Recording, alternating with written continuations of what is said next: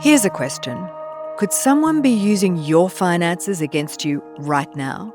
And would you even know? Maybe it's a business partner quietly redirecting revenue, a family member running up debt in your name, a co-director filing returns you've never seen, or a system so complicated that by the time you realise something's wrong, it's already too late. Unfortunately, anyone can be a perpetrator and anyone can be a victim survivor. And it's nothing to do with education levels or socioeconomic status. It's a power dynamic. It's about money and power and control. Financial abuse affects more than 2.4 million Australians and costs the economy nearly $11 billion a year. What are the subtle red flags that you might be missing?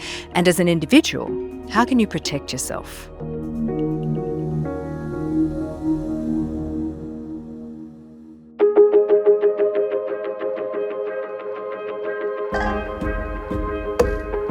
I'm Dr. Juliette Burke, Adjunct Professor at the School of Management and Governance, and this is The Business Of, a podcast by the UNSW Business School.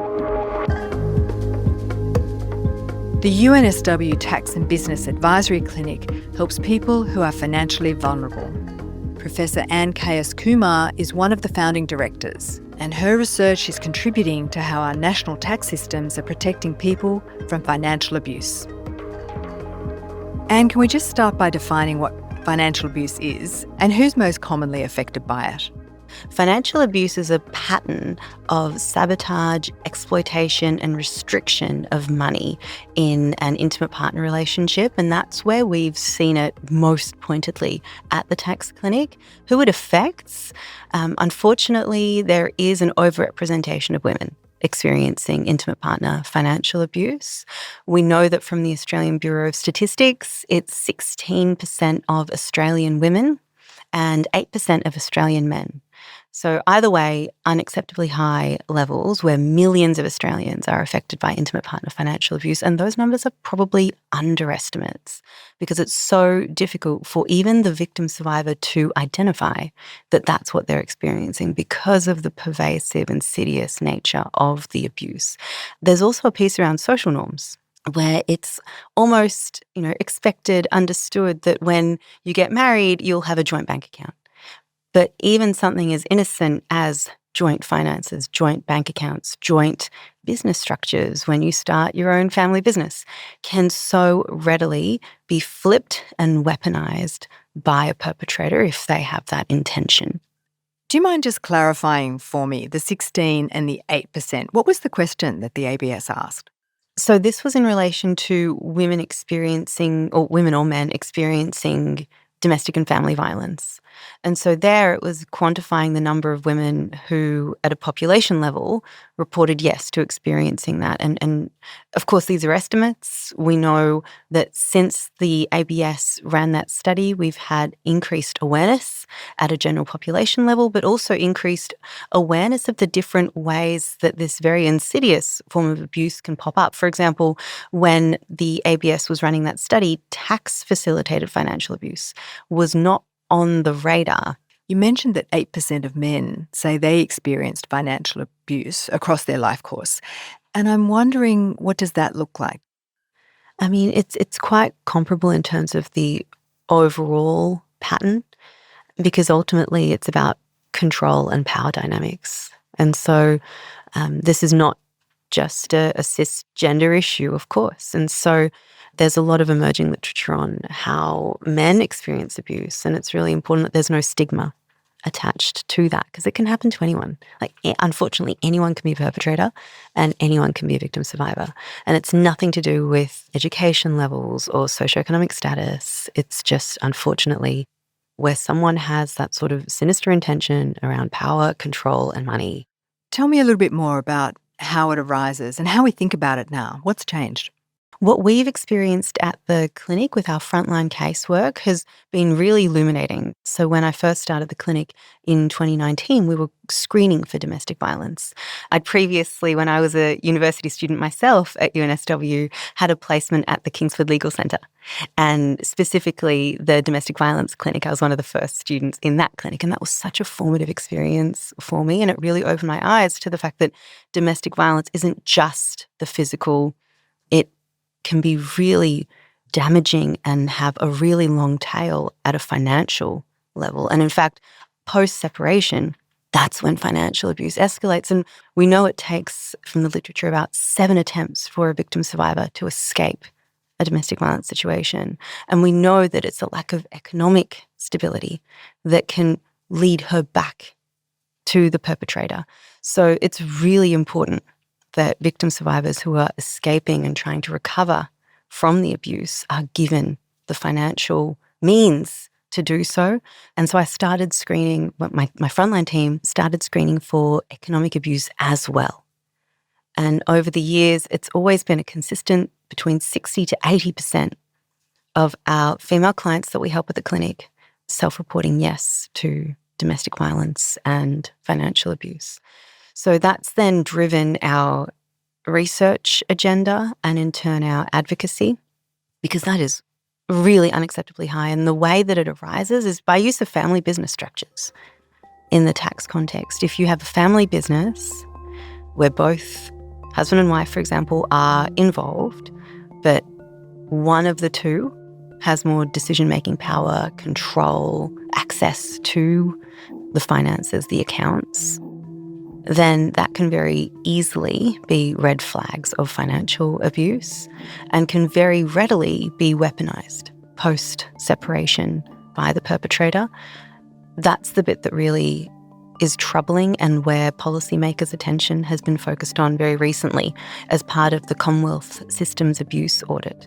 Because we shouldn't have situations where professionals like accountants and lawyers and tax practitioners are unwittingly being mobilised. We shouldn't have situations where ASIC registers are being misused to further perpetrate abuse, or the tax office is unwittingly mobilised by sending in debt collectors to victim survivors for debts that they were never responsible for creating. There's a lot in what you've just said, and let's pull on some of those threads. I think one of them is that you're talking about domestic violence and you're also talking about financial abuse. Do they always go hand in hand? Is that just an expression of domestic violence? Or do you see financial abuse sort of standing in its own right? The way I conceptualise it is the broad umbrella is domestic and family violence. Within that, there's intimate partner violence. And within that, one of the patterns, one of the ways that perpetrators exert control over victim survivors is through various forms of abuse, and financial and economic abuse is one of those forms. But it all forms part of a pattern of coercive control.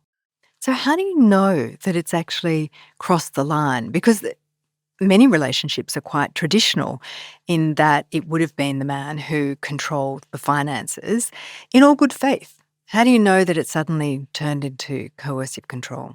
And that's the piece where the cultural and the social norms and the expectations can so easily become a slippery slope into creating the structures that facilitate it. So we at UNSW have been trying to map some red flags to help conceptualize what it can be, because it's very hard for victim survivors to even identify that that's what they're experiencing, because it just shapes so much of their experience and it becomes so difficult to unpick. But the top 5 red flags of financial abuse that we've put together in a poster is 1, controlling access, so restricting access to money, bank accounts, business income and tax information, so not having the degree of control.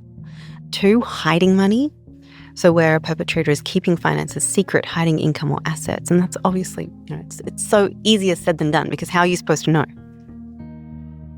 The 3rd element we've noticed is shifting debts, and that's where debts are put in the victim survivor's name, and then one way that comes out is in a banking context, but another way that comes out specifically in the tax setting is with the creation of tax debts in the name of the victim survivor. How do you do that? How does one person put a debt in another person's name? Surely there needs to be some signed documentation to support that. So it's unfortunately very easy because we don't have a system that's designed in a way that has safety by design at the forefront. Rather, there's just an assumption that everyone's going to do the right thing, and that if someone's signature appears to be on a document, then that's usually taken as given. But we know from our clients, for example, one of our clients who we've been helping for years now to help unpick all of the complicated spider web of structures that the perpetrator set up and put her in situations where she was receiving directed penalty notices from the tax office, which gives you 21 days to pay the full amount of the debt, otherwise you go bankrupt. With her, the perpetrator, her ex-husband, had created a fake email in her name and was giving instructions as her to the accountant who hadn't verified that it was actually her. And the excuse was, I'm too busy with the kids, I can't make the appointment, just go and do this. And so he would sign as her. So there's a piece here around the role of the profession in being aware and having, I guess, KYC hygiene around these practices. KYC? Know your client.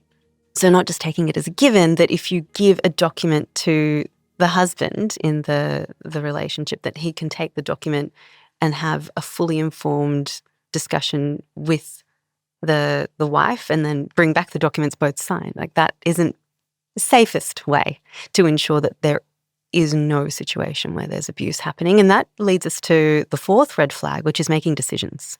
So when she's not even at the table in a client advice situation, then she's not making decisions. The decisions are being made for her. She's being used in that sense. And that can couple with restricting access to money, knowing what's happening and having decisions being made without the victim survivor. And then that dovetails with the fifth red flag, which is inaccessible or unclear information. So having business structures and financial arrangements that have been set up that control and block access to money, rather than a genuine partnership where you have two people with look-through and decision-making and control and understanding of what's going on.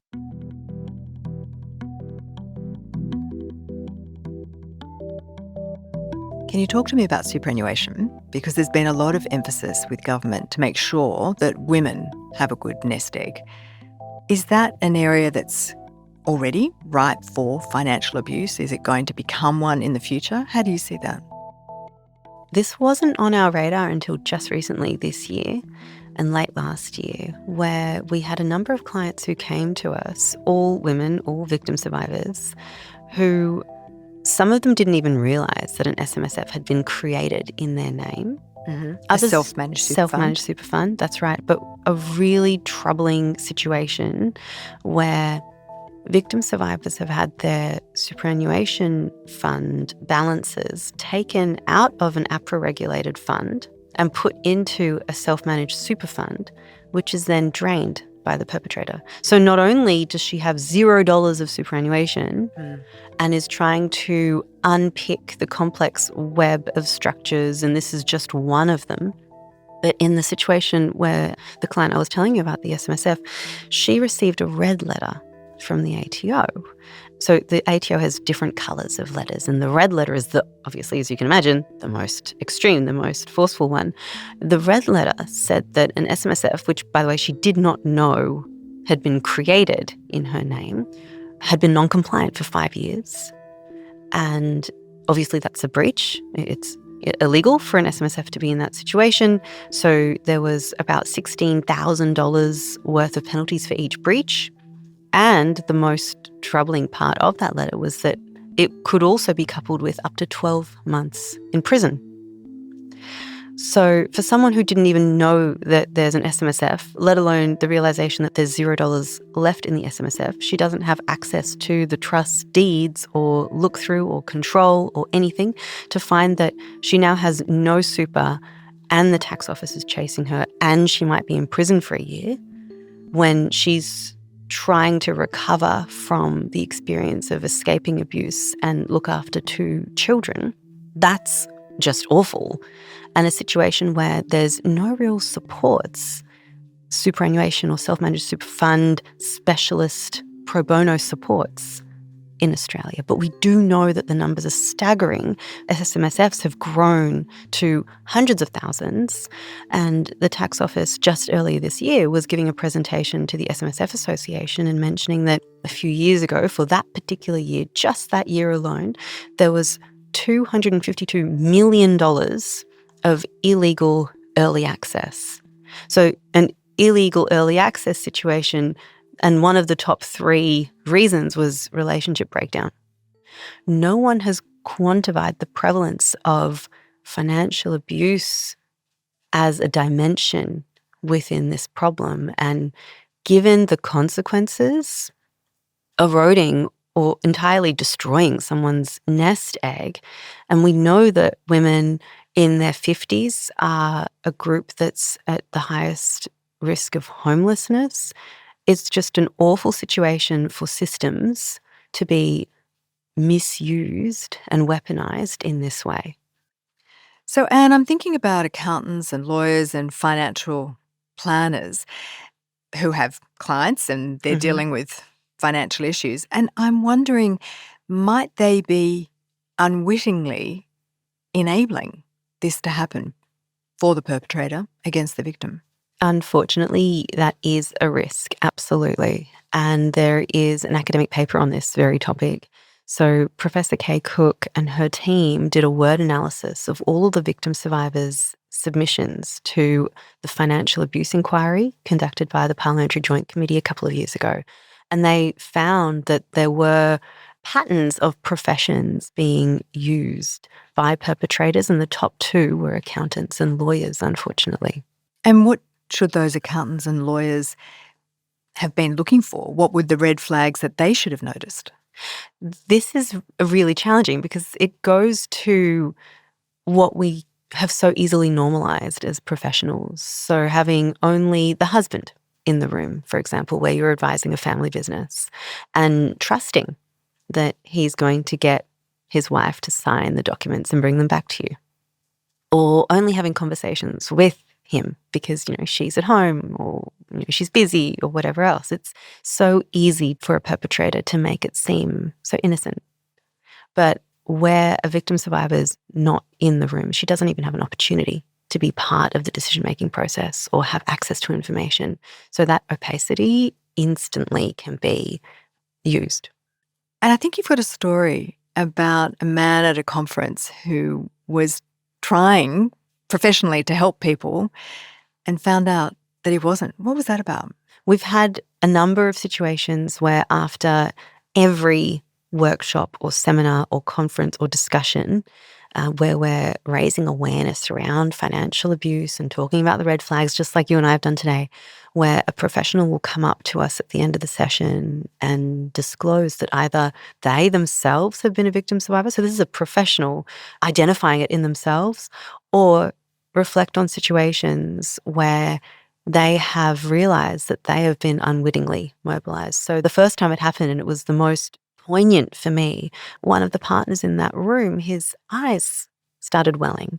And he said, for the last 3 years, I've been in a situation where this has been happening and I just didn't pick it up, that there was this dynamic between the husband and wife. So that for me really highlights that where professionals are involved, they don't want to be. For the vast majority of people, we don't have a situation, thank goodness, where people are deliberately trying to misuse systems. But what we can do is raise awareness around it so that for the vast majority of people who are professionals going about their day trying to do the best thing that they can for their clients, they're not unwittingly falling into situations where their work is a further tactic of someone else's abuse.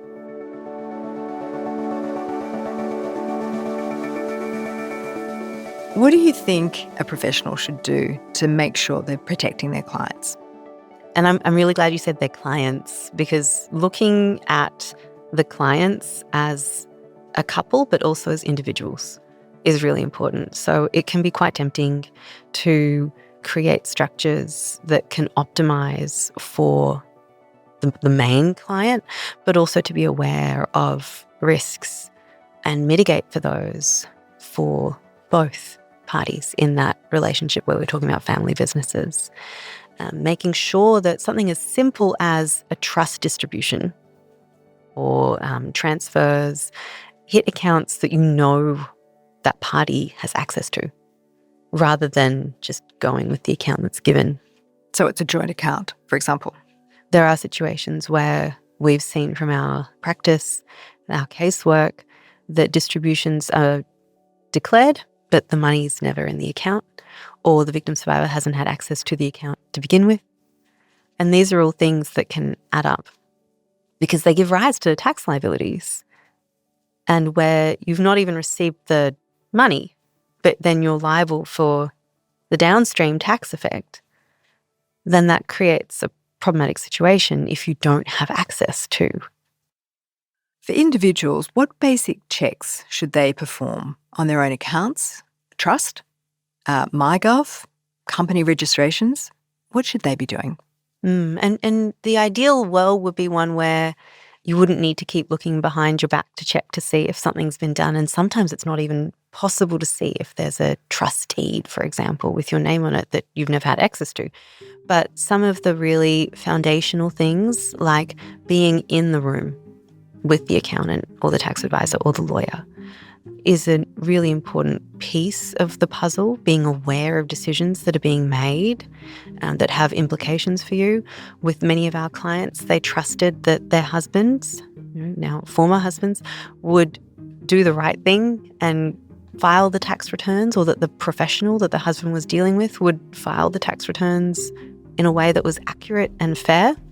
But that's not always the case. And so it really, though, shouldn't be up to the victim survivor to be protecting herself from professionals and systems. It should really, the onus really needs to be on making perpetrators accountable for when they do misuse those systems. So I think on one hand, there's a really strong case for having access, having visibility, but the other part of that equation is having severe consequences for perpetrators when they misuse or breach that trust. What are a few key things that people should do if they're worried about financial abuse? Yeah, a couple of things to think about are just checking where you are at an individual level on your taxes. So check MyGov, check the tax office portal, see if there's outstanding tax returns. Check your director ID. Do you have a director ID? What is it linked to?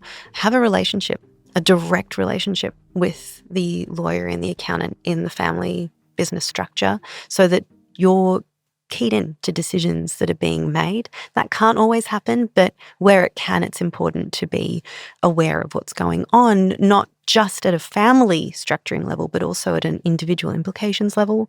And where you have concerns, please reach out to specialist support. So we have a domestic violence hotline at a national level. It is free. It's 1-800-RESPECT. And there's also specialist services like the Redfern Legal Centre's Financial Abuse Service New South Wales, which is a statewide service. They are brilliant and can help with things like safety planning and navigating the complexity so that you're not on your own.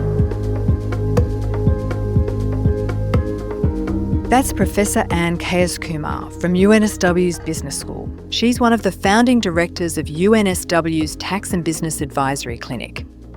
If you want to hear more about building safer systems to protect your customers, listen to our episode on cybersecurity with Laura Newton from Herbert Smith Freehills. When you look at all sorts of cyber incidents, people are your biggest risk. It's anywhere from between 75 to 95% of all cyber incidents start from a human error. You'll find the link in the episode description. The Business Of is brought to you by the University of New South Wales Business School, produced with Dead Set Studios.